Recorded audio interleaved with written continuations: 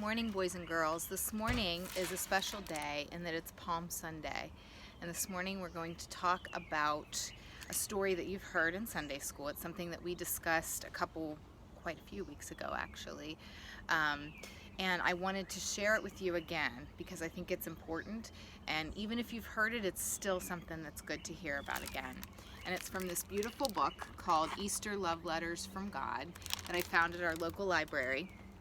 And this part right here is called King of Kings, and it's about Palm Sunday. It's about what happened and why we're celebrating Palm Sunday this morning.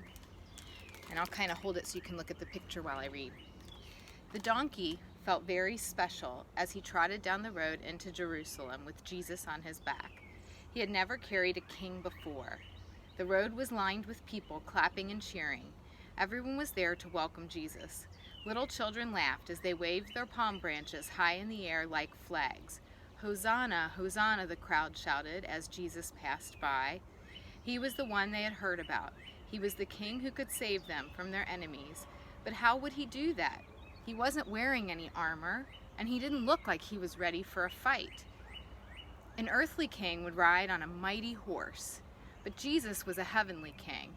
He rode on a quiet donkey. You guys might remember us talking about this. He picked this little donkey to ride on instead of a big horse. And there he is, and there are the children and the people who welcomed him with palm branches. But Jesus rode with an army of invisible angels.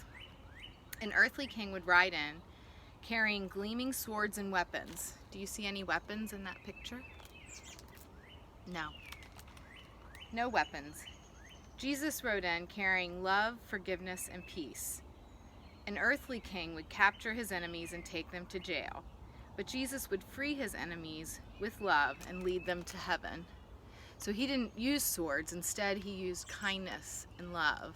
And he didn't have a big horse or a big armored army. He was armed with love and peace and kindness. There he is. I love this picture of him with the donkey. The King of Kings stepped down from his donkey, patted it on the back, and turned toward Jerusalem. Jesus had only a few days to live on earth, just a few days to show the world what love looked like. And so his last days began. And today we begin focusing on Holy Week, which begins today and follows all the way to Easter. And sometime next week, in the middle of the week, I'll record another video to talk about what happens between today and when we wake up on Easter and celebrate that he's risen. So this has a sweet little love letter from God that I'd like to read to you. It says, "When Jesus rode into Jerusalem, he didn't come to fight the Romans. My son came to fight hatred, sadness, and unkindness. And the only way to fight those enemies is with love. Jesus came to teach people how to love.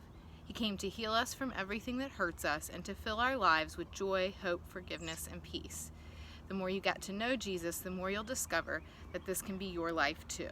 Love God." And then up here it has, from Exodus 15, it says, "I am the Lord who heals you," which is a really great thing to hear right now when we hear all about the virus and things going around in our world. It's important to remember these words, "I am the Lord who heals you." God's wonderful words to you. So I like the pictures in this book, and I like the message. And I know we've already read it once, but I wanted to share it with you again. I want you to know that I'm thinking about you and I miss you. And I want you to remember how important it is to love one another, to look out for your brothers and sisters or your mom and dad or aunts and uncles and grandparents. Call them and talk to them and share. We always talk in Sunday school about sharing your light through kindness and love. Right now, more than ever, it's important that we share that light. And we might feel little like the donkey. What can we do? You know, he was little, but look at what he was able to accomplish by being there. So you can do the same thing. You can, just by sharing your smile with people, you know, by cleaning your room, which I've said before. Maybe that's something I want my boys to do. By sharing with your siblings, by just being there for one another, by trying your best to be on your best behavior, even when it's really hard and you're frustrated from being at home. So please remember that you are loved by your church, you are loved by your family, and most of all, you are loved by God.